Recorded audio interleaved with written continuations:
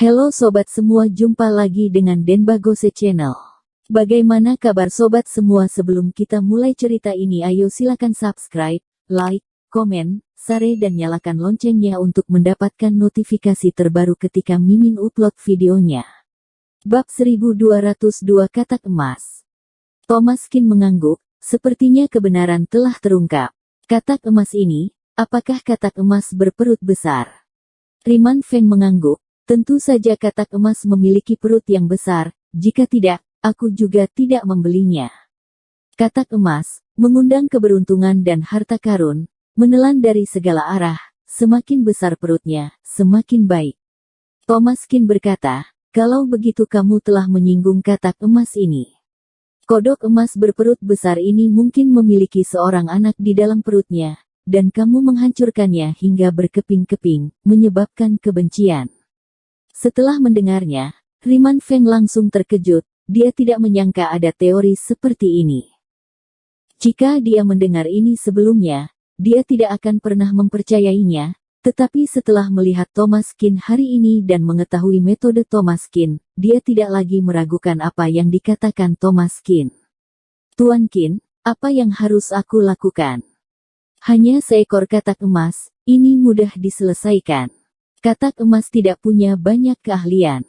Dia tidak bisa menyentuh orang dewasa di keluargamu. Dia hanya bisa menyerang bayi dalam keluarga. Apakah ada wanita hamil di keluargamu sekarang? Ya, menantu perempuan dari putra bungsu sedang hamil 4 bulan sekarang, dan aku khawatir setiap hari. Thomaskin berkata, baiklah, biar aku ikut pergi denganmu. Setelah berbicara, Thomaskin bangkit, keluar rumah bersama Riman Feng, dan masuk ke dalam mobil. Setelah naik mobil, alih-alih langsung menuju rumah Riman Feng, dia malah mencari kelenteng terdekat. Tuan Feng, kuil ini pasti lebih dekat dengan rumahmu.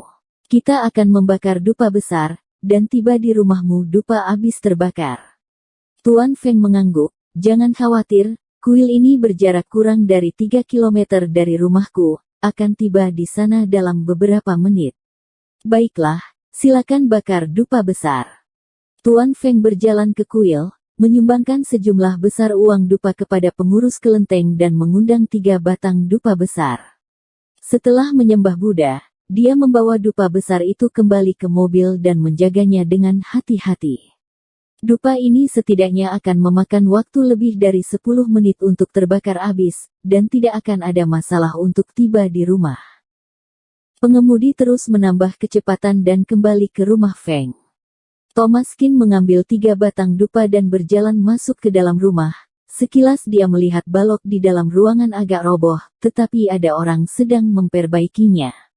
Balok-balok rumah ini telah runtuh. Itu adalah pertanda buruk bahwa gunung sedang menindih di atas genteng, tidak baik untuk seluruh keluarga. Panggil wanita hamil itu dan aku akan memeriksanya. Feng bungsu berkata, ayah, ini. Riman Feng berkata, ini Tuan Qin, khusus datang untuk melihat keluarga kita, dan istrimu, cepat panggil untuk dilihat Tuan Qin. Feng bungsu mengerutkan kening. Tuan Feng Shui. Ayah, tapi aku sudah mempekerjakan seorang ahli Feng Shui sedang melihat Leni di kamar. Riman Feng mengerutkan kening. Kamu mengundang juga. Mari lihat bersama. Riman Feng tidak terlalu enak banyak bicara, karena anaknya juga mengundang ahli Feng Shui. Mari maka lihat bersama, bila banyak orang maka kekuatan menjadi besar.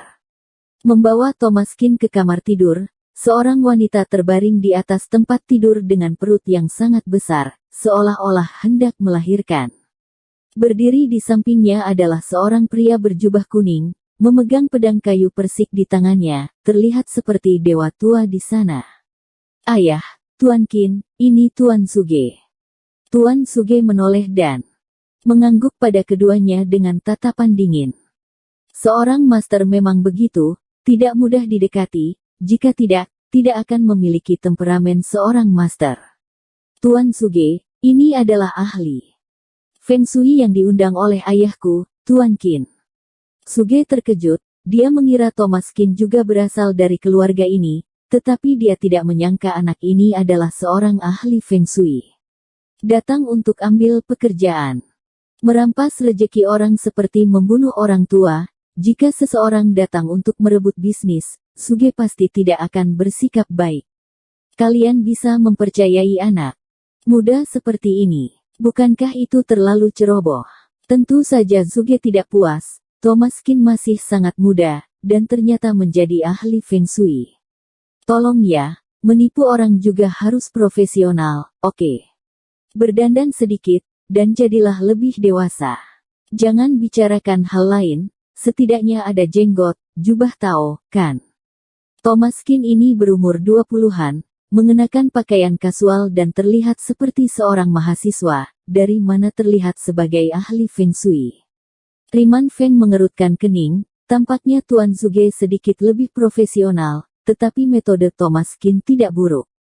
Tuan Qin ini diperkenalkan oleh seorang teman, dan dia juga sangat cakap. Kalian berdua bisa berkomunikasi. Suge mencibir, diskusi dengannya. Dia tidak layak, Tuan Feng berdua, sebaiknya kalian memutuskan. Bukannya semakin banyak orang semakin baik dalam urusan melihat Feng Shui, lebih baik menemukan orang yang dapat diandalkan, orang yang tidak jelas lebih baik tidak perlu. Feng bungsu juga agak malu, yang satu adalah ahli yang dia undang sendiri, dan yang ianya dibawa pulang oleh ayahnya. Dia tidak bisa memutuskan siapa yang harus dipercaya. Tuan Suge, atau Anda lihat terlebih dahulu. Jika tidak bisa, maka biarkan Tuan Qin melihatnya. Thomas Qin mengangguk, tersenyum tipis, dan tidak melawan, memberi isyarat kepada Suge untuk melihat terlebih dahulu. Suge mencibir, wajahnya menunjukkan sikap mempermainkan. Jika aku turun tangan, tidak membutuhkan penampilan kamu. Setelah berbicara, Suge berjalan ke ranjang, mengulurkan tangan, dan menyentuh perut pasien. Menantu perempuan Feng baru hamil 4 bulan, dan perutnya sekarang lebih besar daripada saat akan melahirkan, sungguh berlebihan. Apakah yakin hanya ada satu anak di keluargamu? Riman Feng mengangguk, aku sudah berkali-kali melihat IGSG Doppler berwarna di rumah sakit dan hanya ada satu anak. Walaupun kelihatannya kembar atau bahkan kembar siam, tapi sudah diperiksa berkali-kali dan hanya ada satu anak, kenapa bisa begitu besar? Pihak rumah sakit tidak bisa menjelaskannya. Suge mengerutkan kening dan berkata, menurut pengamatan aku, ini seharusnya bertabrakan dengan beberapa hal yang tidak menyenangkan. Dengarkan aku, ambil darah anjing, beras ketan, dan cinnabar. Aku akan menerapkan sebuah metode. Ini akan efektif setelah 7 hari. Mendengar kata-kata Suge, tiba-tiba Thomas Qin mencibir, mencemooh, dan sangat menghina. Suge tampak sedikit tidak senang. Apa yang kamu tertawakan? Thomas Qin tertawa karena Suge memiliki terlalu banyak kekurangan dan metodenya terlalu rendah. Masalah Feng Shui semacam ini, banyak orang yang skeptis, tidak sepenuhnya percaya. Jadi SOIUSI terbaik adalah tidak menyelesaikannya di tempat. Beberapa hal, selama tidak diselesaikan di tempat, akan sulit untuk diselesaikan di masa depan. Jika tidak terselesaikan saat itu, kamu tidak dapat melihat level orang ini, kata Suge, setelah 7 hari akan efektif, maka 7 hari ini harus ditunggu, dan uang harus diberikan saat itu juga. Adapun apakah tidak apa-apa setelah 7 hari, dia tidak bisa mengontrol sebanyak itu lagi, dia telah melarikan diri sejak lama, dan terus menipu di tempat lain. Thomas Qin tertawa 2 kali, tetapi tidak berbicara, tetapi memberi isyarat untuk melanjutkan. Suge membuat perhitungan yang salah kali ini, jika ini orang lain, yang jelas-jelas hanya penyakit fisik dan kemudian mencurigai dirinya diganggu roh jahat, Suge akan dapat menipu sejumlah uang dari mereka. Tapi kali ini dia salah hitung, kalau betul-betul pakai darah anjing dan beras ketan, yang cedera adalah dia sendiri. Menuruti instruksi Tuan Suge, Feng bungsu menyiapkan kertas kuning dengan beras ketan, darah anjing dan cinnabar. Nyonya muda, aku akan menggambar lingkaran di perut kamu sekarang, jangan takut. Setelah berbicara, Suge mencelupkan darah anjing dengan kuas dan membuat lingkaran di perut nyonya muda. Namun, Ekspresi Nyonya Muda berubah tiba-tiba saat darah anjing itu pertama kali menodai kulitnya. Bersambung. Terima kasih kepada kalian yang telah menonton video ini. Jangan lupa tekan tombol subscribe-nya dan nyalakan notifikasinya untuk mendapatkan video-video seru lainnya dari channel Denbagose.